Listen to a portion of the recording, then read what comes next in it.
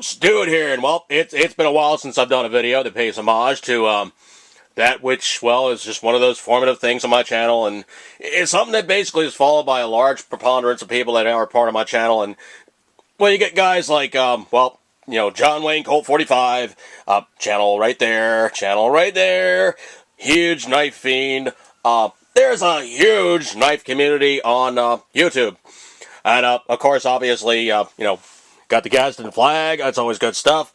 That was actually sent to me, and I forgot about it for the longest damn time, and I had to pull it out. But one of my buddies, that's going to be Riston, he actually sent me like a whole bunch of really cool, like, you know, Gadsden flag type stuff. So I wanted to pay homage to that, and I wanted to thank him for it. It's been a long time. I actually lost the envelope. It fell in my, well, room. My storage room, and well, it got kind of lost by the wayside, and I had to pull it out. But okay, now the point and parcel of this video is not so much like the Gadsden flag, but it's always cool to have one of those around, so probably should have one, you know, at least have one, okay? Never it's a bad thing. And of course, which brings us to the point and the exercise of this video. You guys know I'm a major sucker for anything knife related, and 80s knife in particular. Well, obviously, you guys know about, you know, the classic Buckmaster, and that is a classic Buckmaster, no question there. That sucker is, you know what? I'm missing out on something here that needs to take place, and, Tigger need to make an appearance. I was waving a bottle of Jack Daniels around, and some accidentally fell in. Oops. Excuse me. Oh, that is good coffee. That is good coffee. Anyway, so basically, point and parcel is basically, you know, you got your Buckmaster, and, you know what, I'll put this off to the side, okay? Obviously, you guys know I got a sheath for it, okay? It's a full package. And, I'm also kind of, I'm a huge fan of, like, you know, the 80s Japanese knives, you know, it'd be like your Valor, your Explorer, your Parker, your Taylor. Okay, you guys are going, okay, what the hell's a Taylor? Taylor was like one of the, you know, the guys in Seki, or one of those other guys. You know what, I'm going to throw this in there too, but basically this is a Taylor Tonto. The steel on it is probably just one of the okay stainless, but man, these things are hell for stout. And it's a cast aluminum handle. It's got a, you know, very cheesy camo pattern on it. You know, it's not the best pattern, but that is a beautiful, beautiful Japanese style grind with the Manuki being correct, which would be your point. And I can touch this, it's stainless. But basically, it's got a hollow ground. See that? It's got a beautiful hollow ground. Excuse me, I got the red line of death, which means I got to kill my camera. Damn it. Battery. Alright, and we're back. I mean, if there's anything I truly hate about this HD flip camera, this thing eats batteries like little kids in a candy store. It just sucks. Well, anyway, like I was saying, basically, the Manuki is basically a really good grind. Basically, you got your hollow ground here, going up to another separate flat grind with a slight hollow to it.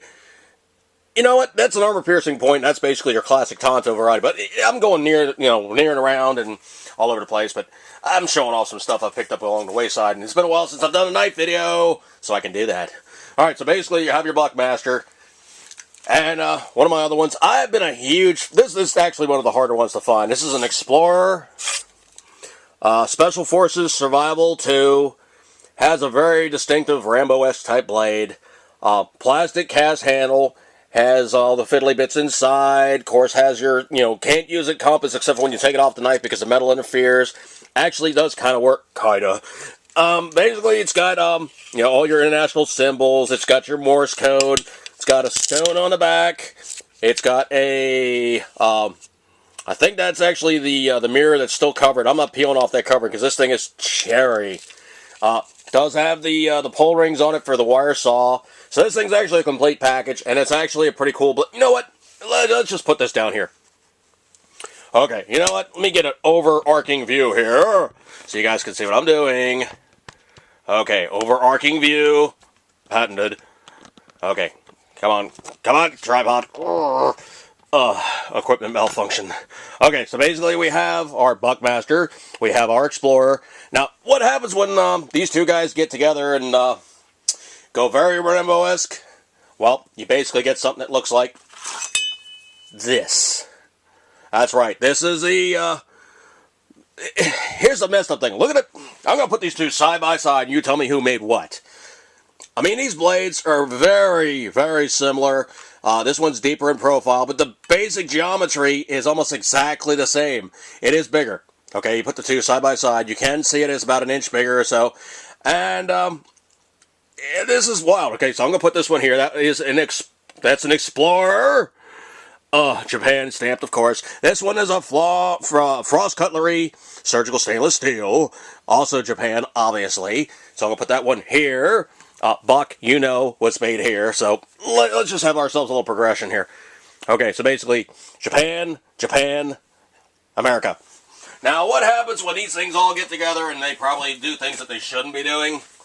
Well, there's something else that takes place, and it's called the Explorer. Oh, these are unobtainium. This is the Explorer Survivor 2. This is all metal. That's right, that sucker's all stainless. And it's got that really weird red thing, because I guess the stainless kind of, took like patina. It's not the best stainless, but this sucker is all steel. Has an okay sheath, it's got a knife, what have you, blah, blah, blah. That basically has to be sharpened, so it's got a sharpening stone on the pocket on the outside. It's all this Rambo stuff that came out of the 80s. So let's put this guy up here as well. So basically you got metal handle, plastic handle. What's the difference? Mostly a lot of weight. This thing weighs almost nothing. It's like a big-ass butter knife. Alright, so I got a lot of sheets laying around. You know what? I'm going to throw the tailor in it too. What the hell? Alright. I'm basically playing with stuff. I'm showing things off. And what do we have? Oh, that's right. We don't have just one. Oh, no. I actually was scrounging around, and I found another Explorer. But this one is basically their version of a Rambo knife. How cool is that? That's the Explorer Ram 2, which actually has a product number of being 21-033, and it is a alloy cap as opposed to all these guys being steel or plastic otherwise. And this guy actually is very, very Rambo-esque. You know what? Let's do a little comparison here. No, not quite. This one's actually more like a Hibben design versus this guy, but you can see the grinds are very similar, and they actually are very cool. You know what? I'm going to put these guys in comparison. What the hell? So we're going to do front edge to whatever, but I'm going to compare these guys by point size. All right, now here's the other thing that's kind of funny, is everybody basically goes on about the size of Rambo knives and, the size of the Buck knives and all these other things. I can't zoom it out anymore. Oh, crap. Alright, I might have to take a low angle shot here. Alright, but you can see these guys are basically, the American one's the shortest of the bunch. I mean, these things just got, as the 80s went along, they got bigger, and bigger, and bigger, and bigger. And did they serve any purpose by getting huge? No, they didn't serve any purpose at all. You know what? I'm going to throw one of my Junkyard Specials in here. And, what the hell? I'm going to throw one of my Junkyard Specials in here.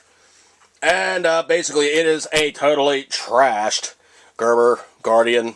Yeah, the handle's flaking off because corrosion got underneath there. But you know what? I'm going to make a display.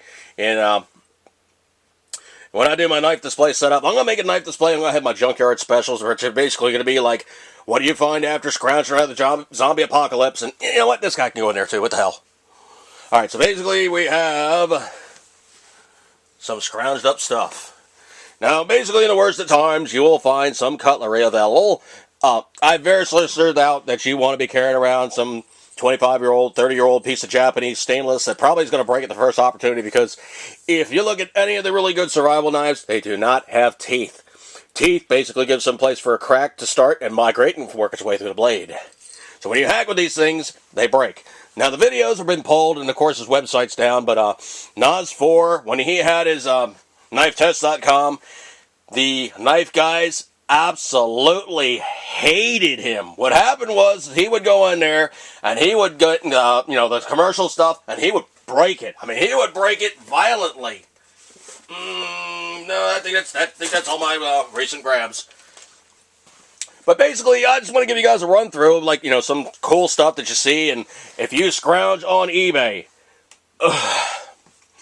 you will not find these. Okay, these are just about damn near unobtainium, because they are not very well represented. Everybody thought Frost was crap, and they didn't buy them because, are they really all that great? No, all these things are basically, except for like the Buck. I think the Buck's actually better steel, but all these are basically 440.